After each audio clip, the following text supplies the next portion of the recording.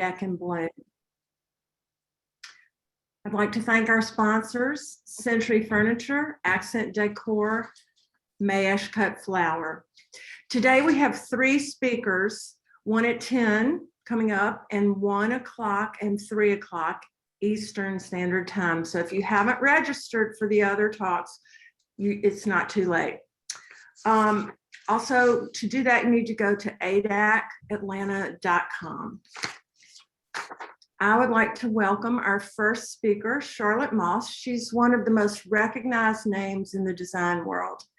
Her extraordinary eye is revered throughout the industry. She's used this experience to design furniture for Century, china for Picard, clothing for Ibu, and jewelry for P.E. Guerin, just to name a few. Charlotte is also a prolific author, having penned over 11 books on decorating, design, gardens, and entertaining. Her most recent book, Charlotte Moss Flowers, was released in April 2021. We'll be sending an email to all of you registered after this presentation with a link to purchase a signed copy of Charlotte's new book. We'll also be asking Charlotte and our other speakers questions at the end.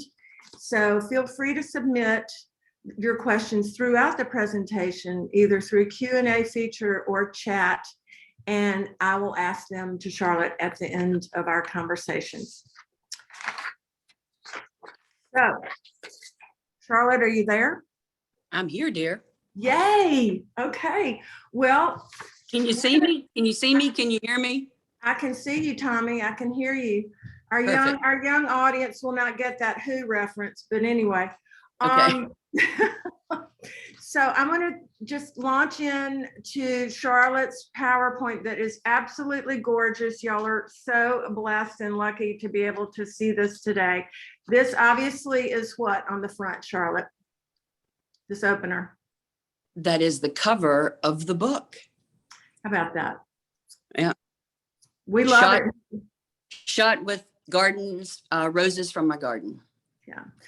What a lot of people may not realize is that not only is Charlotte the consummate interior designer and entertainer, but she is one of the best gardeners that I know. And that's saying a lot because I know a lot of great gardeners. So we're going to just launch into Charlotte's presentation. And Charlotte, tell us about this. Well, first, let me just say about why do a book on flowers when you're an interior decorator? Because a lot of people have asked me that question. And, you know, I think it all boils down to the fact that probably everyone on this call, the lover of beauty, and flowers to me just represent the essence of that, really. And so I'm going to talk just a tad about the book in the end, but I thought that today, because we haven't been traveling, that we could do a little garden mind traveling. So if some you've already seen, well, it'll just be a deja vu, hopefully a pleasant one. And then maybe if it's something that you haven't done, it'll help you plan a trip for the future. But one thing I think we all have in common, those of us that love flowers, are flower memories. And for me, it was those necklace competitions with my cousins sitting in my grandmother's lawn with either, you know, clover flowers or dandelions or buttercups or something, where we made necklaces. You know, it was very much a competitive sport back then. And the violets that my grandmother had on her lawn, and then the gorgeous irises that years later now I've planted an iris garden thinking back on my grandmother. Love that. Yes, I remember those clover chains and crowns. Did you do crowns? Oh, we did it. We did it all, honey. We had all the bijou going with the flower. Of course you did. The flower bling. Oh my. Okay. Well, let's start right now with this first amazing garden, Sissinghurst. You know, I put Sissinghurst first because I think, you know, even if you're not a gardener and you just read Vita Sackville West or anything that Harold Nicholson did, that Sissinghurst always comes up in that conversation. And it is really the quintessential English garden. And created by two people that really in some ways couldn't have been more different, but that's what created this garden. Harold was the classicist. He was the architect of the garden. He gave it structure and form, and Vita gave it romance. Just the way she wrote, she crafted her garden, famous, of course, for the white garden that actually started out as a white rose garden and then morphed into white flowers as all the roses were moved to just a singular rose garden about 1950. But it is not to be missed if you're in the UK. And that's really how I've tried to define some of these gardens, as the not to be missed ones. Mm-hmm. So the next one is Modestfont Abbey, which is the home, and it's not a very elaborate house, but the garden is magnificent. It is the walled garden that is roses, for anyone that's been. It is the home of the National Rose Collection in the UK, and that the garden itself was crafted by Graham Stewart Thomas, who actually has a rose named after him, the great rosarian Graham Stewart Thomas. And he's created an incredible rose garden there. So that's just a jewel. So Charlotte, are those clematis, those purple flowers? Yeah, yeah, clematis in the middle. Okay, so inquiring minds want to know clematis or clematis. I hear it both ways. Most of my British friends will say clematis. Okay, then that's what we're saying, because they ought to know. They ought to know, right?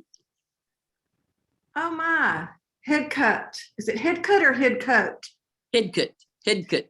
Head cut. Yeah. Is this the same trip that you and I went on?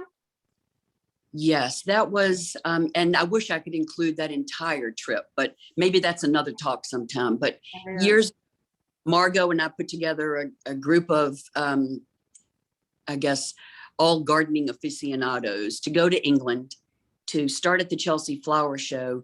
But the real goal of the trip was to visit all of Nancy Lancaster's houses, Hazley, Ditchley, and Kelmarsh, all very different, but all delicious.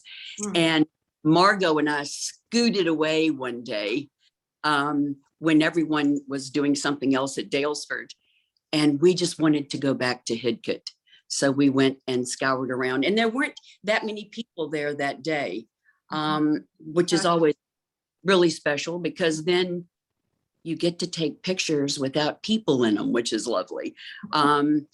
No offense to people, but you're right. Yeah, gorgeous. The thing about this garden, started by Lawrence Johnson, a property purchased by his mother, but he cultivated the garden, became a British citizen, actually served in the British Army, and spent a lot of his time here and his garden in France. But the feature of this garden is garden rooms. There are these intimate enclosures. One pulls you to the next, like you can see in the upper right. You see that door, that opening, that's just luring you to the next one. And Sissinghurst did that too. And I think Sissinghurst was really the first garden to be known for its garden rooms, but certainly Hidcote is a very special one. And years ago, I was honored by the Royal Oak Society, and that gala evening, all the funds went to Hidcote. So I have a special soft spot for Hidcote. I love that blue of the gate, which I have copied in my own garden. It looks familiar. Well, see, but that's what we do. We go, we get inspired, get ideas, we exchange ideas with garden owners and other garden travelers and visit.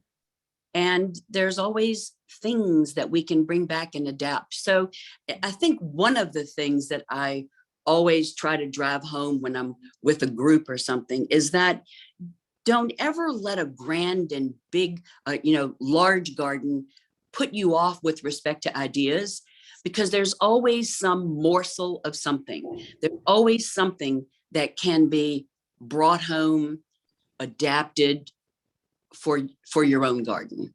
And other examples we'll go through throughout. Yeah, your garden is a perfect example of that. And just always looking for that one pearl maybe that you can string to your necklace at home. Yeah, I think my husband lives in fear of that, Margot, that every off on a garden, like, what is she going to do now? Uh-huh. Yeah, but he Yeah. always loves the result. Right. So Okay. the Chelsea Flower Show, for those people on our Zoom that haven't been, it really is a place to behold. It is garden enthusiasts like you've never seen anywhere on this planet, gorgeous gardens, and then people that are just special growers of special plants that are all forced to be at the peak of perfection during May, during the Chelsea Flower Show. Long time ago, when my husband was running investment banking at Merrill Lynch, a banker came to him, an English banker, and said they would like to take a marquee at the Chelsea Flower Show on opening night, because that's when the Queen comes and it's a big deal for Brits. And he came home and said, so what do you think about this? Like, the bankers want to do a marquee at a flower show? And I went, well, what flower show? He says, I went, done. So That's right. they took the marquee. We went that evening. The Queen came, whatever. We're walking through the stands and we're in the middle of David Austin gloriousness with roses hanging everywhere. And my husband hears Barry. And my husband turns around and it's the chairman of the Bank of England. So the two of them had a chat. I walked around and looked at the roses. And P.S., never again did anyone have to come to Barry to justify the cost of a marquee at the Chelsea Flower Show. But it is my favorite story of all, because people think of it as, well, maybe that's something for gardening ladies. Yeah. No, it is a gardening nation, the UK. And that sort of said it all. It really is. I mean, it's in their DNA over there, and everything seems to grow beautifully. You could plant a telephone pole and it would grow. But yeah, the Chelsea Flower Show, and we, as you said earlier, we launched our trip there, and it was just such a fabulous way to get inspired. Really, almost overwhelming. There's so much incredible floral beauty. Right. And so then you have to make yourself a promise to come back. That's right. As we have. I probably won't get a marquee, but I can go back. All right, so here we are across the channel in Paris. In Paris. I just had to put it in because I think it's one of those places when people say, where do you want to go first when you start to travel? And everybody says, I just need a dose of Paris. And I just have visuals of that beautiful flower shop on the Rue Saint-Père, where all the flowers are spilling out onto the street and vines are growing on bamboo and there's flowering standards along the sidewalk. And another one on the Rue de Université. And then of course, you know, Henri Mouly and the flowers spilling out into the Place Bourbon. So there are so many flower memories of Paris. You could just go on forever. Is that, just to interrupt, is that Robert Rigaud, his shop on the right, upper right? Yeah, the old shop, I think. Okay, yeah, because he's here now with in the States. Okay, but I bet that was fabulous. He's such a wonderful designer. Yeah. Chateau de Crécy. There's so many things to be said about this garden, but you know, it dates back. It's in Normandy. My husband and I did a tour of the beaches in Normandy during our American history tour, and I wove some gardens in, and this was the greatest blessing of all of them. It's really an Italianate garden in a 14th century chateau, at least the core of it. But the Worth family, Didier and the late Barbara Worth, restored it, and just such a beautiful job of the chateau and the gardens. But it speaks to all the elements of an Italian garden with water and statuary and whatnot. And what you can barely see here, and I wish we had time to just go through more slides, but the slide on the right, if you see that little brown sort of dot in the middle, if you can zoom in, it's a fountain that Barbara designed. It's all artichokes, which she thought sort of spoke to France, and the water spills over the artichokes. So for a 14th century chateau owned by really an inspired couple with great taste and stewardship of a beautiful property, that they've managed to take it to the next level and leave something of their own, which I think is one of the greatest things anyone can do with a historic property. Just add an element, a little personal touch. The artichoke fountain is perfect. It fits in, but it's a little sassy. I love it. Yeah, it's a little sassy, right? So you really can't talk about French gardens without harking back to Malmaison, when Empress Josephine lived there and created her incredible greenhouses. I mean, she was a great patron of the arts. She was a great patron of gardens, but this was the one that she really spent most of her time in. And that greenhouse, she had over 250 varieties of roses, planted from all over the world, because, hello, she was married to Napoleon, and Napoleon sent people on expeditions, zoologists, arborist, to bring back specimens for Malmaison. But, and all the little items on the bottom there are things that are in the museum on the top floor that were from their era. Her Sèvres, her Van Huysen painting, and her flower embroidered slippers, which are delicious. But, I did read a book recently. Yeah, it was a book on Napoleon and his flowers. Yes, I Instagrammed it because I just thought, I wish other people would go out and buy that book, because if you love history, and which I do, and it combines gardens and history and things that I didn't know about Napoleon. And, he was concerned about horticulture just about everywhere he went. But when he was, when he was sent to Elba, and then he was sent to St. Helena at the, end of his life, he created gardens there. But also when he was a general and leading the French army, he was really concerned about how to feed the soldiers, and wanted to know, why aren't the French cultivating more potatoes and beets and things like that to feed the soldiers? It was like Frederick the Great that said, you feed the armies on their stomachs or whatever, meaning that if you don't feed your army, you have no army, basically. Right. And so he was always concerned about that. And I have to say, at the end of the book, reading about all he did to create that garden at St. Helena, it was sad. I hated the book to end. Anyway, I could go on about that, but we're not. Well, I remember reading that that he loved violets, and that all of those sympathizers who had to go underground after he was exiled, their little signal to each other was they would wear a little spray of violets in their lapel. So that's one of my favorite stories. Flower. Well, it's you think of a general, and you don't necessarily think of flowers, and especially as fleeting as a violet is once it's cut. But I've also learned about one of his generals that I'm now researching that became a Rosarian afterwards. So stay tuned. Next. Yes, we'll hear more about that later. Okay, Grousset. Grousset is a privately owned chateau. And I've been there a couple times. The last time I was there was early on Sunday morning.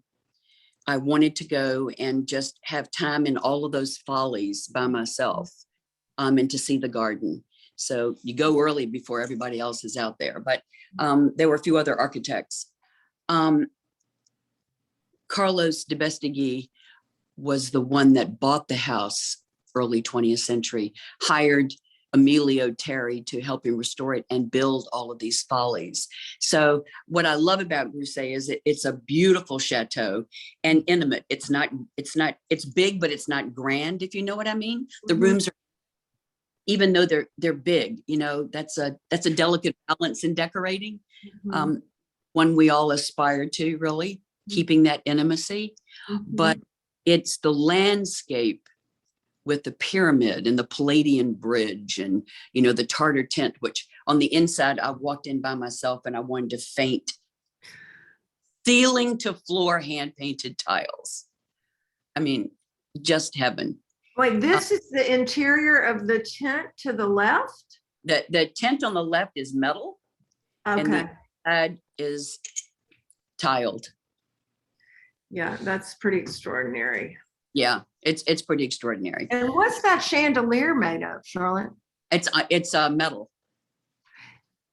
It looks almost like branches with lichen on them and moss or something. Well, it could be because it is out in the open, basically. And it is old.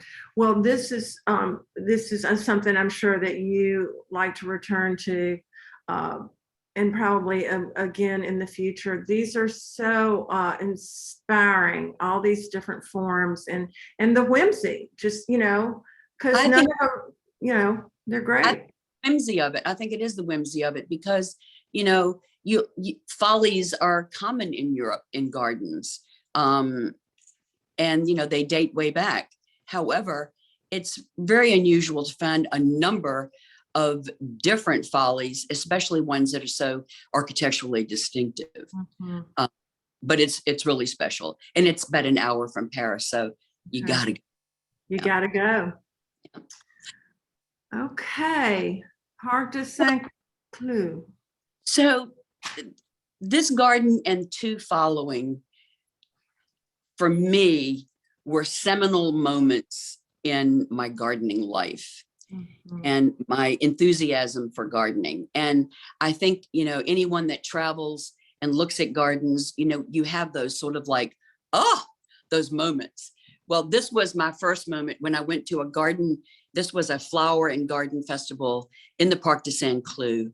Beautiful vendors with gorgeous product, growers of all sorts of flowers and plants. And I was with a friend. We were walking down this path and we turned around and dead center. Now, I have talked about this, I swear, for 15 years, but it just shows you the impression certain things make on you. And this was a tree that had died. And they encased it with white chain link and filled it with white doves. And so if you ever think that something is dead and that's the end, think again. Maybe there's an afterlife. And love this. Barry thinks it's totally impractical because what are we going to do with the doves in the wintertime? But, you know, I can find any number of dead trees out here in the country, but I just think that that's sort of magical. It's very magical. I think it has a life in an event I will do at some point, but not necessarily in my garden. But that was the first sort of moment where I said, wow, I love the way people think. I love something dead. So the possibilities are endless. I agree. And I like what you said, that it has an afterlife. And we're all about that now, sort of reusing and just restoring. And this is, again, whimsical, fantastical. I want one. So shall I move to the next slide? Yes. Chaumont, okay. So Chaumont is a horticultural school at the Chateau de Chaumont that every year has a festival of gardens where they ask gardeners to create gardens based on themes. And the first time I went, on the left, which I'll explain, the theme was water. And then the second time on the right at the upper image, the theme was the 7 deadly sins. I couldn't wait to see how they would be interpreted in garden. So that one was really about gluttony, the giant basket. And when you walked around the side, it was all filled with things. So that was how gluttony was created. But the one on the left was called Willows in the Mist, created by two basket weavers, not gardeners at all, with willow saplings that they planted, they wove, they grew, they wove more, and they created almost a maze. And every once in a while, this mist would appear and you had no idea where. And it was totally romantic, totally mesmerizing. And finally, 2 years ago, I built a living willow pavilion on our property. And I'm so excited about it because we're just at the point now where the roof has grown in, and next year we'll probably have enough willow to create a great finial on the top by weaving it all together. But it all goes back to Chateau de Chaumont. This was probably 1998. And the Willows in the Mist.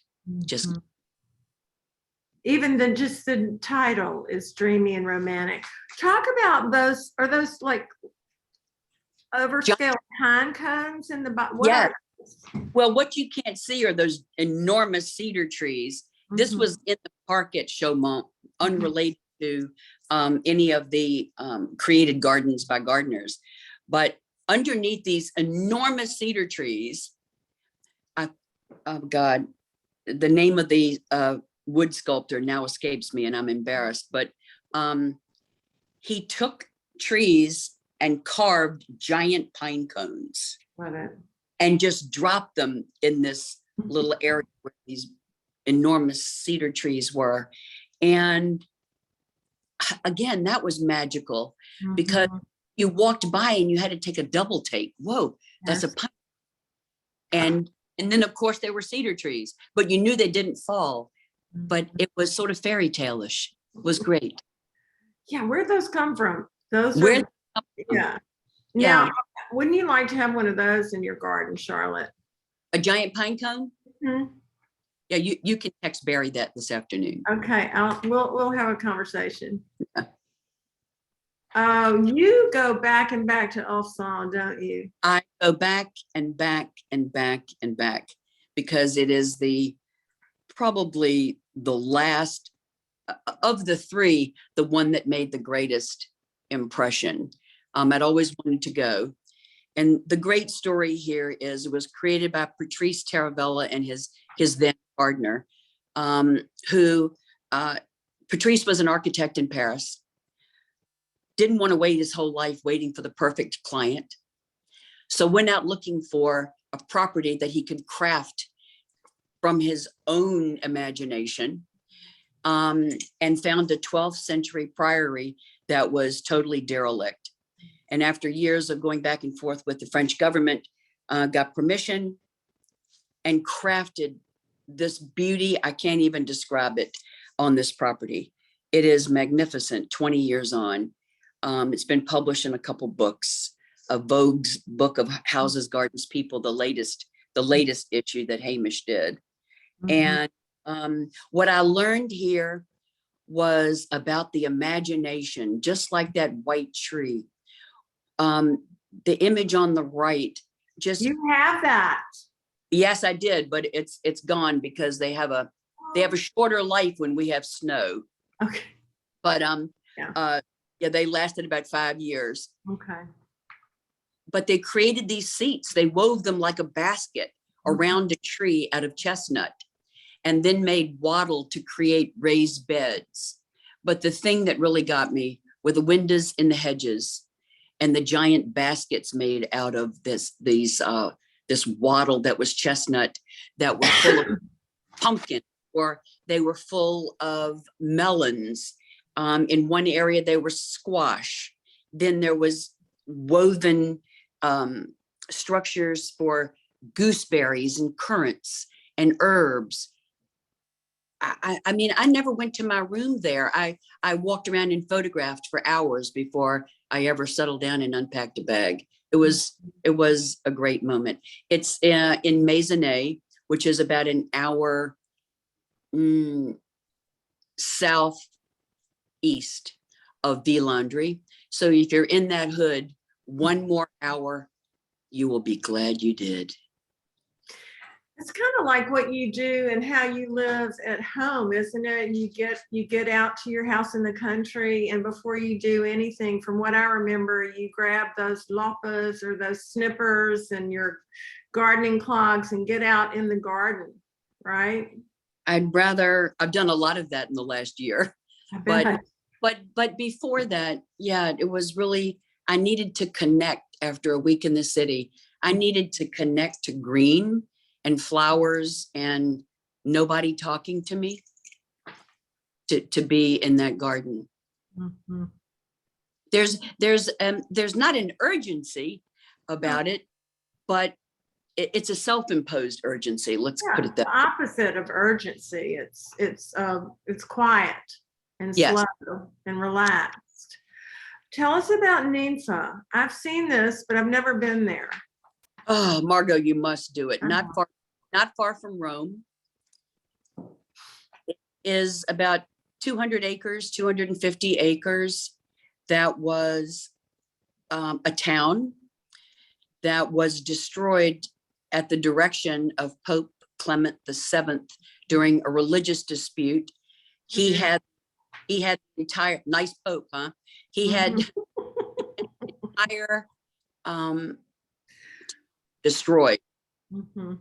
And it's owned by a trust or foundation of the Catani family. And it's 200 acres of gardens, things growing over the ruins. Some places more manicured than others, others like to do what they will.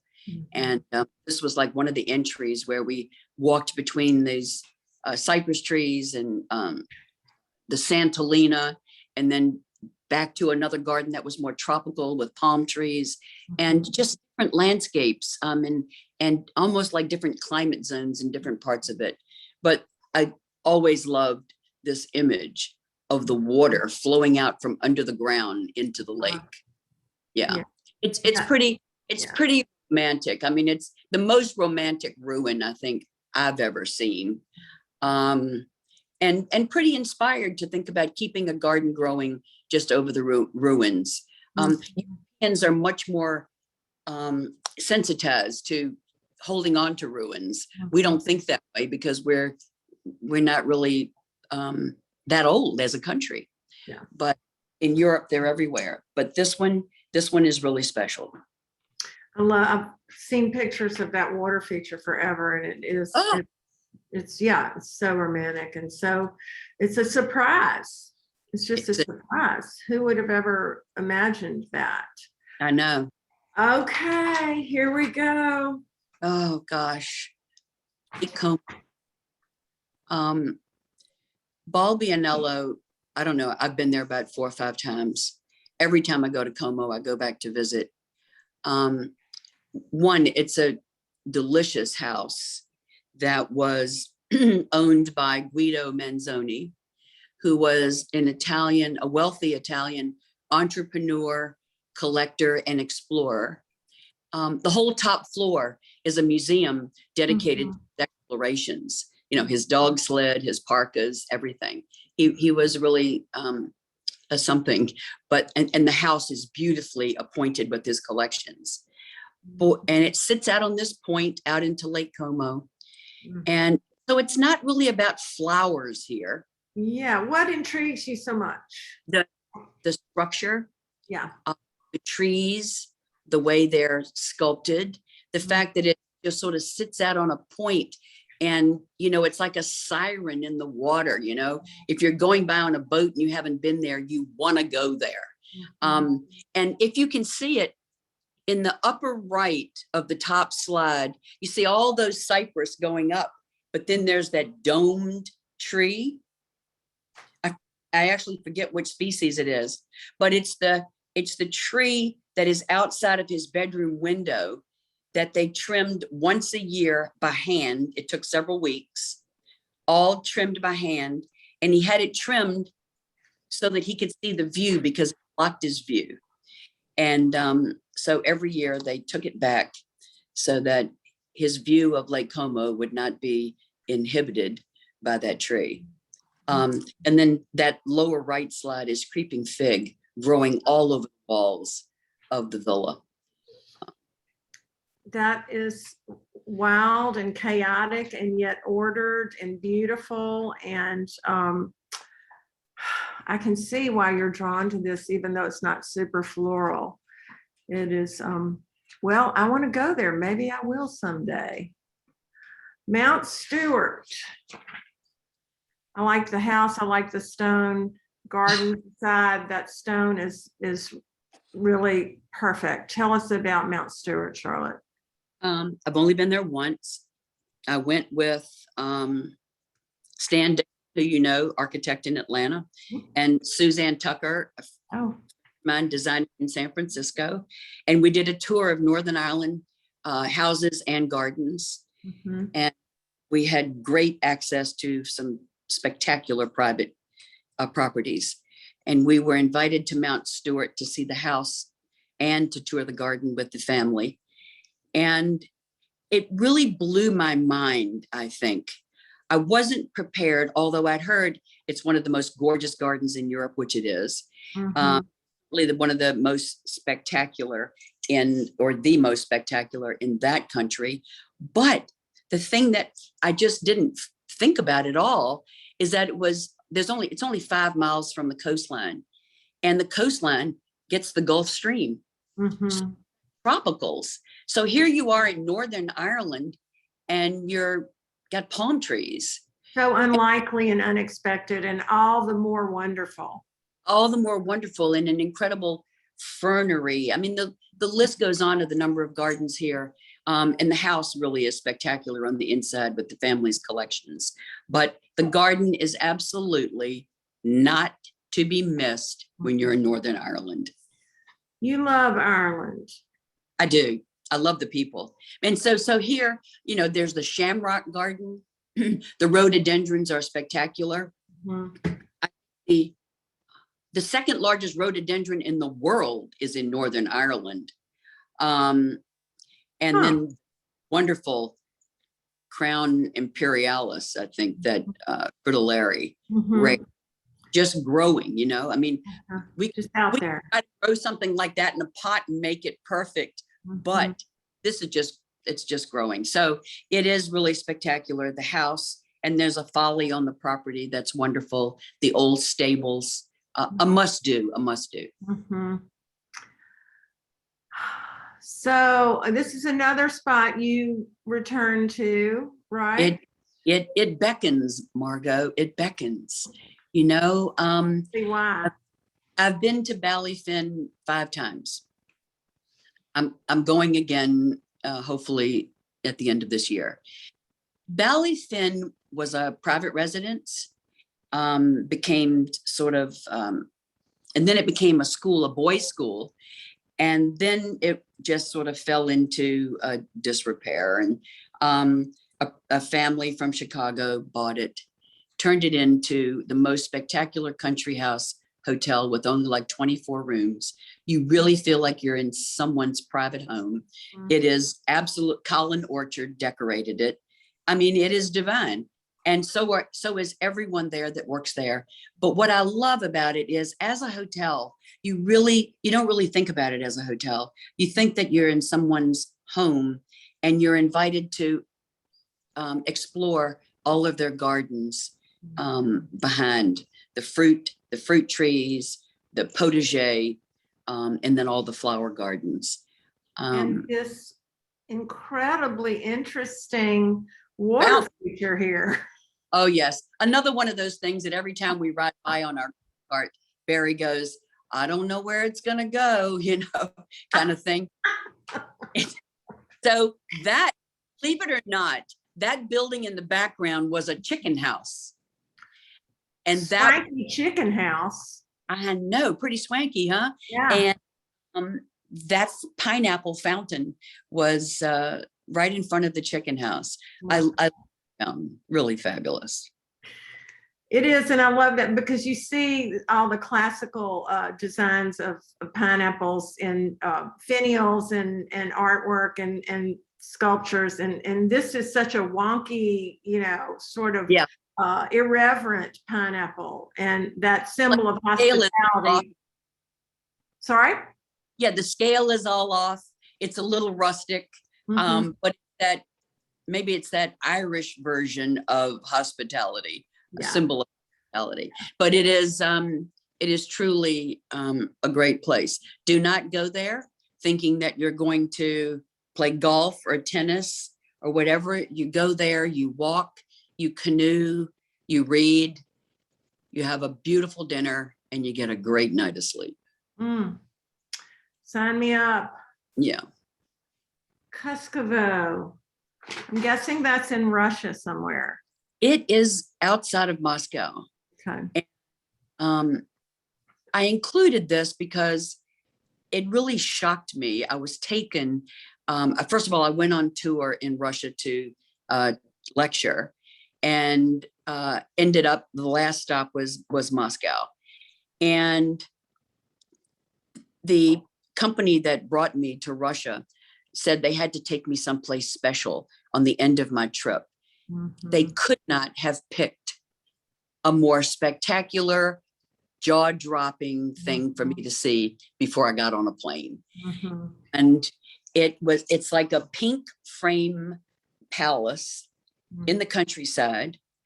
The garden has like 8 avenues that all terminate in an aviary, an orangery, a Dutch house, an Italian house, a grotto, all, hornbeam alleys. And like you can see clearly on the upper right, and then the left leading to the Italian house. And then I just love how life imitates art and vice versa, where the pink and green leaf reflect. It was, and the house itself was fantastic. The way it had been maintained and restored on the inside, and its furnishings were spectacular. But to me, to leave Moscow, if you've ever been, it was quite a jolt to have at this palace. It's a wonderful, punchy farewell. You wanted to come back. It was the best. So the Alhambra.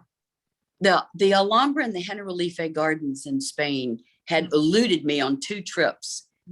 Friends had invited me to go, and I couldn't. So when my husband and I decided we would go to Spain, he knew that this was really important to me to see the Alhambra, and it was going to be jammed with people.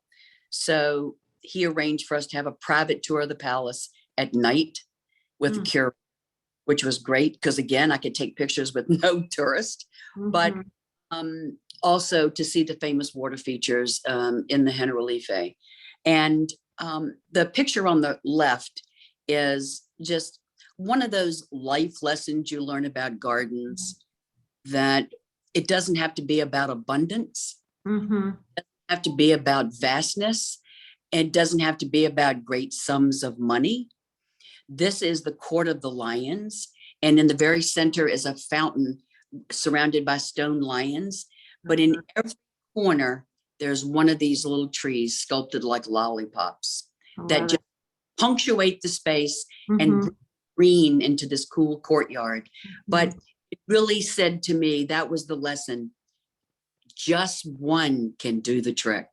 An exclamation point. Yeah. Oh, gorgeous. Schönbrunn. So I think is Schönbrunn our last? Let me check. Just gotta. Yes. Hit from Kimberly. I know. I thought I ended on Schönbrunn because it was a painted garden versus a cultivated garden, but created by Maria Theresa, Marie Antoinette's mother. Yeah. created these rooms designed and painted by Johann Bergel. Took him 9 years to paint because the heat started to get to her later in her life, and she didn't want to spend her time out in the gardens at Schönbrunn, which are pretty spectacular. She wanted to have a garden inside, and she made rooms for also 2 of her children adjacent to her rooms. And the landscape in here is, it's classical, it's whimsical, it's tropical, and it's very cool. Cool in 2 ways. It's a very cool space, but it's all cooling. That green. When you're in there. But if you go to Vienna and you're planning to go to Schönbrunn, you must make an appointment far in advance to see the bird. Yeah. And that is really probably one piece of advice I would give to everyone about any of these gardens. You look online and it tells you when they're going to be open. Call always and make sure, because they change all the time. This is, I mean, this one slide with all the different decorative art, with all the details. I mean, it's just it's a tutorial in and of itself. It just makes me want to have it as my screensaver. Well, you know, can imagine that someone spent 9 years of his life painting trompe l'oeil, several rooms. That's, you know, anyway, really sorry. Wonderful. So India. So I think India is probably, it's not the country that you would think about big green gardens and lots of flowers, but there is a great flower association with India, and marigolds being, you know, I was there during the Diwali festival, and marigolds are used everywhere for decoration. But what I loved about India was the way flowers were, how would you say it, commemorated basically in tile, in wood carving, in mosaics, in frescoes, that flowers were really everywhere in India. But they weren't necessarily in the gardens, which is just another type of garden. You know, just the way Bergel brought the garden inside with Troy, you know, those flowers are carved in soapstone and marble inside the Taj Mahal. Everywhere you look, they're there. There they are. Flowers everywhere. A dream come true. Dream come true. So we can look at a couple of these muses. Our time is running out, but let's, I love hearing about people that inspire you because you are such an inspiration. Let's talk about these 3 women. Well, quickly, you know, Gloria was a great artist. She painted a lot of flowers, and probably when she did her licensing with Bloomcraft in the 70s, really put the tulip on the map. But she was really one of the first designers to do licensing. And but I love her whimsical interpretation of flowers. Fleur Coles, on the other hand, did another type of painting of flowers, among the other things that she did, through her magical realism paintings with lions and tigers and flowers in the background. So she was a friend of Dolly's. She wrote his biography. And so you can see a little bit of that influence there in Fleur, and lived a very long, productive, exciting life. And Evangeline Bruce I included because, you know, this wonderful room designed by Colfax and Fowler, you would not think of someone in such a beautiful formal room putting broccoli flowerets in her silver tea canisters for decoration and table settings, and she did. But the reason I include the muses, we have another slide that includes Pauline de Rothschild, the next one. Yeah, because all of these women had such discipline, and they had style. And they had style because they had confidence, and they they just sort of walk to that different beat, every one of them. But Pauline, you know, we think of tablescapes now, we don't think anything of it. But back then, when Pauline was doing it, you know, she sort of stepped out of that realm of formal French table settings and created landscapes down the middle of the table. So there's always someone that's first. And she was one of the first. And Well, just the quintessential like style icon. And those boots. Oh, let's say, how about those boots? They came back with a vengeance a couple of years ago. Oh, they'll always be back if you've got the stems to put in a pair of boots like that. That's right. That's right. That's a good point, Charlotte. Well, I think we are going to take some questions now, Charlotte. Thank you for taking us not all over the world, but to some of the most fabulous spots in your archive, your personal archive. And I feel like I've almost been to these places, but let's see, let's get some questions here.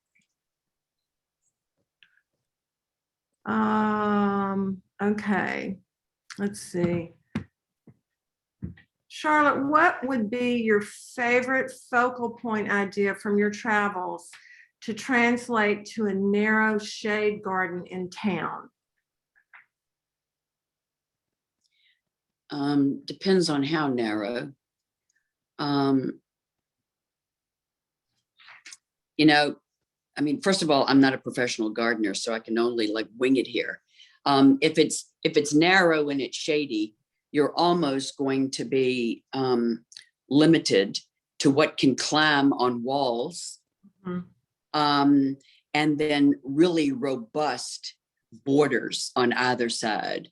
You know, things that will be what I call steady partners in the garden for you that will survive, whether it's variegated Pachysandra, Stephanandra, things like that that will really grow in and create great borders and come back year after year, which is the best. So if you could travel to only one garden in Europe, which I don't know that you could do that, Charlotte, but if you could only travel to one, which one would it be? Probably, definitely something I haven't done before, something that I haven't spent a lot of time in. And I'd probably go to Sweden in the summer, or I would go to some of maybe the gardens in Germany, because they also have great follies, and I'd be interested in the architecture as well as the follies. But I'd probably pick Sweden number one. So why? Just for my information. Just aesthetically, I love the design aesthetic of Swedish, you know, whether it's Gustavian, we're looking at old palaces. They're spare, highly edited, beautiful palettes, and the gardens too. You know, I think there's we all strive for something. You know, I'm from the more is more school. I love things, I collect, but there's a part of me that always wants to dial it back, and I'm looking for inspiration on who can kick me in the pants hard enough to get me there. I don't think I'll ever get there, but I can dream about it. Well, it's the process. It's the journey. So, stunning presentation. Did you take the pictures? If so, what camera did you use? Yes, all the pictures that I show in a lecture, I took myself. And it ranged everywhere from an Olympus stylus in the very beginning to Canon like super shots to a Mark III. Okay. What's all over the map. And I tell you, the latest iPhones take fabulous pictures. I know. I just upgraded. And they're not heavy, you know, so. No, they're great. They're great. Okay, we've got a lot of questions. We can only answer a few more. What are your favorite gardens in New England? You know, I haven't done much in New England. That's really, Might be you know, time. I haven't spent any time in Maine, and there's some beautiful gardens there. Boston, of course, the Isabella Stewart Gardner, the house and the garden. I really haven't spent any time there, so I really can't speak to it. But Okay. I would love it if you would send some ideas to info@Charlotte Moss if you've got some. That sounds great. And we've talked about doing something in the Northeast, Charlotte. So, okay. What about a water feature in a quarter-acre suburban lot? Mm. Mm. I think a small fountain, and I don't mean a structure fountain, just a water in a pool with a, gurgling thing in the middle, so to speak, Yeah. surrounded by plantings. I just love hearing the water and seeing it. It's soothing, both. So square, round, whatever size you want to make it. I Or love shape. that. I love that because with that small space to just have something that's flush, but reflects and sounds and does, a lot of different things. I think that sounds brilliant. And So, it's courageous, I think it's courageous when someone takes a quarter of an acre and puts a water feature in it. Most people would never do that. yeah, good for you, person who asked that question. So do you have any tips for hosting a small garden party or brunch? Oh, Lord. Well, you're the fabulous entertainer. Well, I mean, Drill down. it's such a personal thing. I would never want to impose, That's true. That's a good point. I never want to impose my own ideas on people, because it's what I do for myself. Yeah. I just love, keep it simple. Mm-hmm. Just keep it simple. Have a backyard picnic. Think about it as a backyard picnic, and let everybody have fun, and serve ice cream sundaes. Just don't serve anything fussy. Just make it fun and simple. Love that. I agree with that. And are your own inspired gardens open for tours? No, but no, I mean, I said that quickly. They have been open on some garden tours for a museum and another garden group. It just I'm sorry, I missed that last thing you broke up. They have been open, but for what? Well, they have been open to like a museum group, Fundraisers. Yeah, fundraisers, really. Yeah. And Okay. Small groups, but that's it. Yeah, we don't want the hordes coming through and trampling on your beautiful flowers. So Charlotte, this is a perfect last question. Such a fabulous presentation. What is your next design and or book project? Can we talk about home? Yes, we can talk about home. Okay. Oh, somebody question. Oh, God bless you. God bless you for asking that question. Yeah. During COVID, at the very beginning of COVID, I started to see the food lines and read the statistics about hunger in our country. And I had, and it was very disconcerting. I had a book in my library for a very long time, Edith Wharton's Book of the Homeless, which she wrote during World War I to raise money for the orphans coming out of Belgium and into Paris. And she went to all of her friends, Henry James, Rupert Brooke, Cocteau. She went to everyone and said, do something for me for this book, do a drawing, write some music, write a short story, whatever you want to do. She did this book, and it's always been in my library. And last year I decided, when I started to hear about these school children that were now not having their meals during the day. It broke my heart.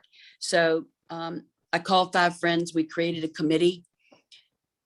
We went out to our friends. We prioritized the list. I said, we're going to do this. I know we can do this. Rizzoli got behind the project, and they've been an incredible partner. And P.S., we will have a book called Home, a celebration with 120 contributors. Will be released October 6th, and the money will be to go to No Kid Hungry for their school program. We have 1 in 6 children in our country, believe it or not, are food challenged. 1 in 6. So anyway, 120 people answered the call. Hallelujah, Jesus. They all came to the answer the call and created great things. I mean, Isaac Mizrahi did watercolors. Candace Bergen did something, Bette Midler, John Meacham, John Grisham. The list goes on, and lots of my designer friends, including Ms. Shaw here. So I hope you'll all buy it for Christmas presents, because a great idea. The money's going to a good cause. Charlotte, you are the best, and I so appreciate your generosity and your heart and your compassion. And I would urge, I have seen the original book, the Edith Wharton book, which you gave me so generously and graciously. So I can't wait to see your interpretation with all of the 21st century talent. And so I do advocate for that book, that everyone go and order that, or can we pre-order it now? Yes, you can pre-order. You can pre-order it on Amazon. And what we always tell people is to go to your local bookseller, tell them about the book, and have them order it from Rizzoli. Yes. You know, it's on the presses now in Italy, and I can't wait to get my hot little hands on the first edition. Well, I look forward to seeing that. I look forward to seeing you again, Charlotte. And thank you so much for being a part of ADAC in Bloom, our 10th anniversary. I have to say that again. Hard to imagine. And this is not your first visit to ADAC in Bloom, so thanks for coming back. And thank you again, ADAC, and all of you who tuned in. And we will hopefully see you at 1 p.m. Eastern Time, when Fernando Wong will be my next guest. You're in for a treat with that as well. Thank you, everyone. Thank you, Margot. You make it easy. Oh, you make me look good, Charlotte. Thank you. Okay.